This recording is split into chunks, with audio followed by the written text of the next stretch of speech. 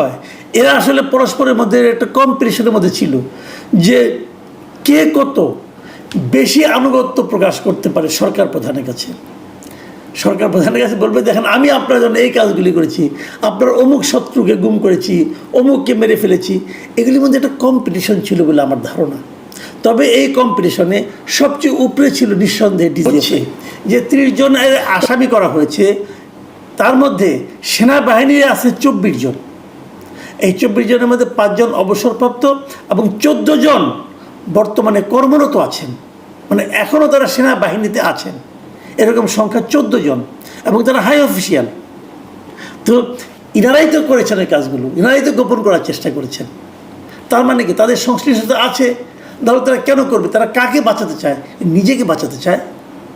আসসালামু আলাইকুম প্রিয় দর্শক, আপনারা জানেন যে এই জুলাই গণ অভ্যুত্থানের সময় যে সমস্ত মানবতা বিরোধী অপরাধ হয়েছিল, যারা মারা গেছেন এবং যে সমস্ত ঘটনা ঘটেছিল, তার শাস্তির জন্য আন্তর্জাতিক অপরাধ ট্রাইব্যুনালে বিচার হচ্ছে এবং এর তদন্ত শেষ হয়েই তারা বিচার করছে। আগে এই আদালতের নিয়মটা হলো আগে তদন্ত হবে, তারপর বিচার হবে। সেভাবে বিচার হচ্ছে অনেকের নামে, সাবেক সরকারের শেখ হাসিনা এবং স্বরাষ্ট্রমন্ত্রী, আইজিপি, আরও অনেকের নামে বিচার হচ্ছে। এটা আপনারা সবাই জানেন। কিন্তু এর মধ্যে একটা প্রশ্ন কিন্তু রয়ে গিয়েছিল যে এই জুলাই গণ আন্দোলনের সময় কি একমাত্র মানবতা বিরোধী অপরাধ হয়েছিল? এর আগে কি হয়নি?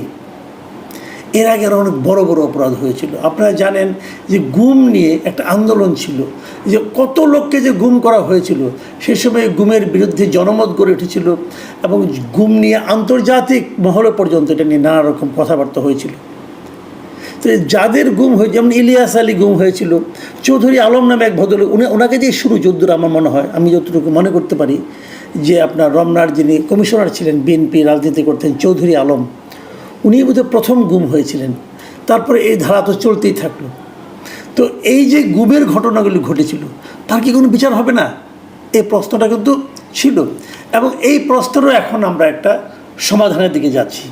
সমাধানটা এভাবে যে আন্তর্জাতিক অপরাধ ট্রাইব্যুনালে এর গুমের ব্যাপারে বেশ কয়েকজনের ব্যাপারে মামলা হয়েছে একটা, এবং সেই মামলা, দুটো মামলা হয়েছে।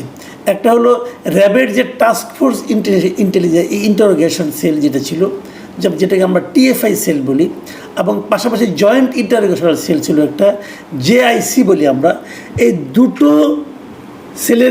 সেলে বিভিন্ন জনকে বন্দি করে নিয়ে গুম করে ফেলা, টর্চার করা, হত্যা করা, এই যে ঘটনাগুলি ঘটেছিল, সেগুলো নিয়েও কিন্তু এখন বিচার হবে। এবং এরই মধ্যে এই দুটো মামলায়, টিএফআইয়ের মামলায় 17 জনকে আসামি করা হয়েছে এবং জেআইসির মামলায় 13 জনকে আসামি করা হয়েছে। এবং এই আসামিদের মধ্যে সাবেক প্রধানমন্ত্রী শেখ হাসিনা আছেন, স্বরাষ্ট্রমন্ত্রী আছেন, এবং আপনার শেখ হাসিনার প্রতিরক্ষা বিষয়ক উপদেষ্টা ছিলেন যিনি তারেক আহমেদ সিদ্দিকী, তিনি আছেন। এবং সবচেয়ে ইন্টারেস্টিং হলো ডিজিএফআইয়ের সাবেক 5 জন মহাপরিচালকের নাম আছে এই আসামির তালিকায়। এই 30 জন আসামির তালিকায় 5 জন মহাপরিচালকের নাম আছে। এখন ডিজিএফআই জিনিসটা কি, এটা কিন্তু খুব ইন্টারেস্টিং। এবং ডিজিএফআইয়ের আপনি যদি অ্যাব্রিভিয়েশন করেন হলো directorate general of forces intelligence. তো তার মানে সশস্ত্র বাহিনী যেটা আছে তাদের নিয়ে এরা কাজ করার কথা। তো এরা কেন সিভিলিয়ানদের গুম করে? এই প্রশ্নটা কিন্তু অনেক দিন ধরেই চলছিল, কিন্তু এরা করতো, সরকারের নির্দেশেই করতো। এখন সরকার যদি কোনো নির্দেশ দেয়, সেই নির্দেশকে এরা মানতে বাধ্য। আইনটা কি বলে? এগুলি আইনের অনেক ধারা আছে। আইন হলো আইনের দ্বারা তাদের যে কাজগুলো সেগুলি করতে হবে। তার ঊর্ধ্বতন যদি বেআইনি কোনো আদেশ দেয় তাহলে তারা মানতে বাধ্য নয়, কিন্তু এটাই আইন। কিন্তু তারপর তারা করেছে, অতি উৎসাহ দেখিয়ে করেছে। দেখুন, এই যে 30 জনের আসামির তালিকা পাওয়া গেছে, এখানে কারা আছে, কোন কোন বিভাগ আছে? ডিজিএফআই আছে, র্যাব আছে, এনএসআই আছে, ডিবি আছে, সিটিআইবি আছে। এরা এই অনেকগুলি প্রতিষ্ঠানই কিন্তু আছে। একটা প্রশ্ন কিন্তু মানুষের মনে মাঝে মাঝে জাগবে যে এতগুলি প্রতিষ্ঠান কেন? সবাই মিলে কেন একটা প্রতিষ্ঠানকে যে কাজগুলি করালে পারতো, এতগুলি প্রতিষ্ঠান কেন?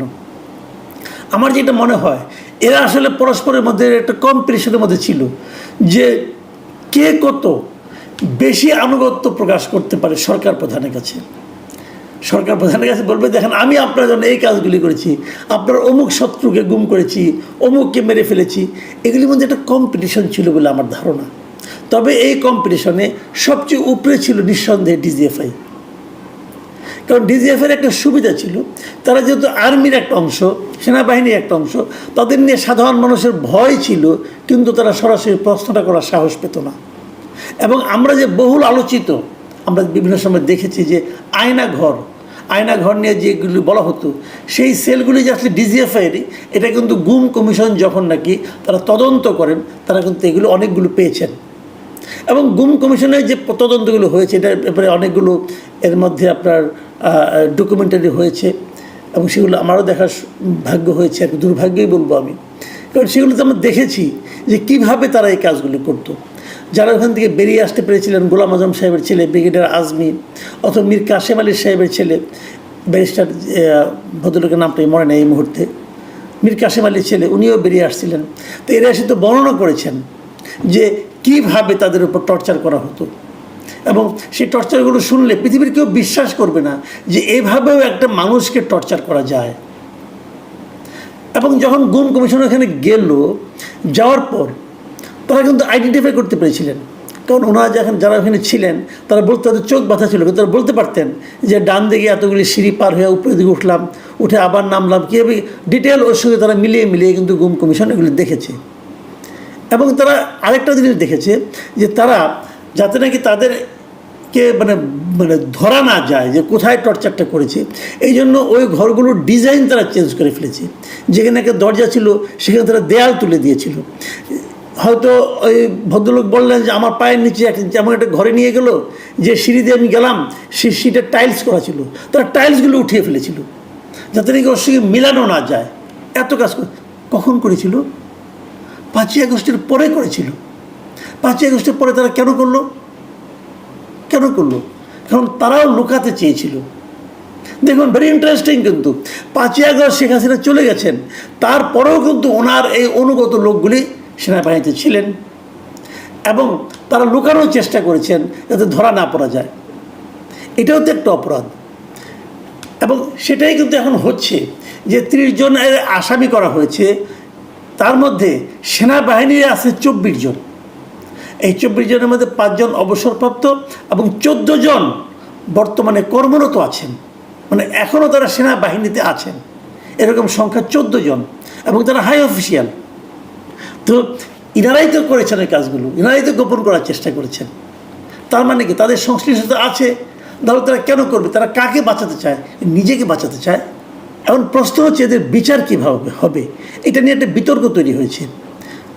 অনেকে বলছেন, যারা নাকি সেনাবাহিনী সংশ্লিষ্ট, তারা বলছেন যে এই সেনাবাহিনী যারা সদস্য আছেন, যারা নাকি এখন পর্যন্ত কর্মরত আছেন, তাদের বিচার সেনা আইনে, মানে কোর্ট মার্শাল হওয়া উচিত তাদের, অনেকে বলছেন। আবার যারা নাকি অবসরে গিয়েছেন, তাদের বিচার আপনি ফৌজদারি আদালতে করেন, অথবা করেন, স্বাভাবিক নিয়মে করেন, অথবা ট্রাইব্যুনালে করেন, তাদের কোনো আপত্তি নেই। কিন্তু এটা আসলে আলটিমেটলি ধোপে টিকবে না।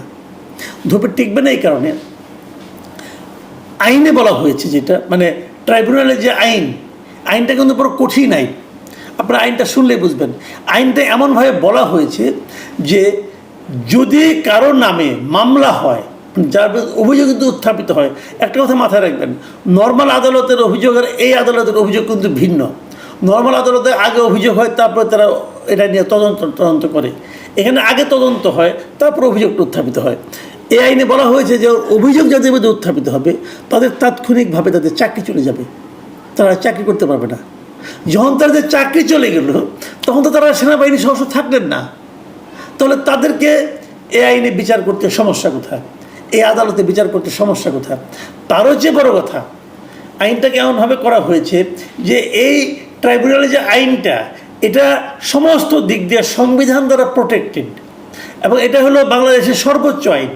এই আইনের সঙ্গে যদি অন্য কোনো আইনের সাংঘর্ষিক হয়ে যায়, অন্য কোনো আইনের সঙ্গে বিরোধ তৈরি হয়, তাহলে ট্রাইব্যুনালের আইনটাই টিকবে, অন্য আইন বাতিল হয়ে যাবে। কেবলমাত্র যদি এই আইন সংবিধানের কোনো ধারার সঙ্গে সাংঘর্ষিক হয়, কেবল তখনই সংবিধানে আইনটা টিকবে, এটা বাতিল হবে। তাহলে এখানে যদি মার্শালের প্রশ্নটা আসে, মার্শালের মাধ্যমে বিচার করা, তাহলে সেটা তো এখানে টিকবে না, কারণ ট্রাইব্যুনাল আইনটাই কিন্তু উপরে থাকবে। এই যে ট্রাইব্যুনালের মাধ্যমে যে বিচারটা তাদের করা হবে, বিশেষ করে যারা নাকি এখনও কর্মরত আছেন 14 জন, এটা নিয়ে কিন্তু এরই মধ্যে কোথাও কোথাও আলোচনা হচ্ছে, এবং আমি যতটুকু জেনেছি সেনাবাহিনীর অভ্যন্তরে ওইটা নিয়ে নানা ধরনের আলোচনা হচ্ছে।